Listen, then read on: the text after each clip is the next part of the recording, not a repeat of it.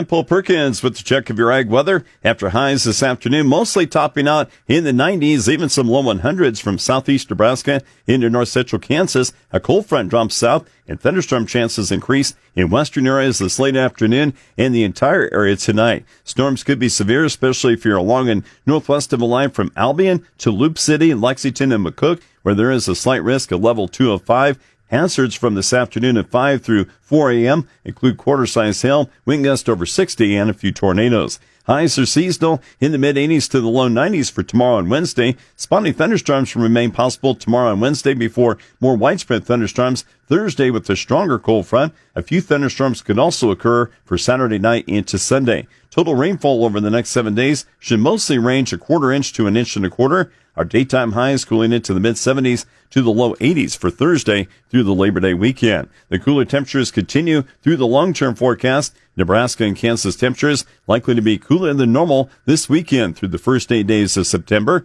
Rainfall in Nebraska and Kansas for the Labor Day weekend through September 8th indicated to be near normal to slightly above normal. Higher rain chances are over Kansas. Key weather factors impacting the markets include a brief bout of heat in the Corn Belt, rain in the northern plains and Canadian prairies, and into concerns of wheat harvest, and South America's spring starting colder and drier. A ridge of high pressure briefly allows late summer heat to spread into the Midwest, Mid-Atlantic, and the Southeast. Triple-digit heat should reach as far north as the southern Corn Belt today and tomorrow, in the Mid-Atlantic states by Wednesday. That heat broken by a cold front, which is also the focus for heavy rain and locally severe thunderstorms. That's followed by a second cold front, leading to 5-day rainfall that could reach 1 to 3 inches from the upper Midwest into the northern and mid-Atlantic states. Other regions expecting widespread rain include areas along and near the Gulf Coast.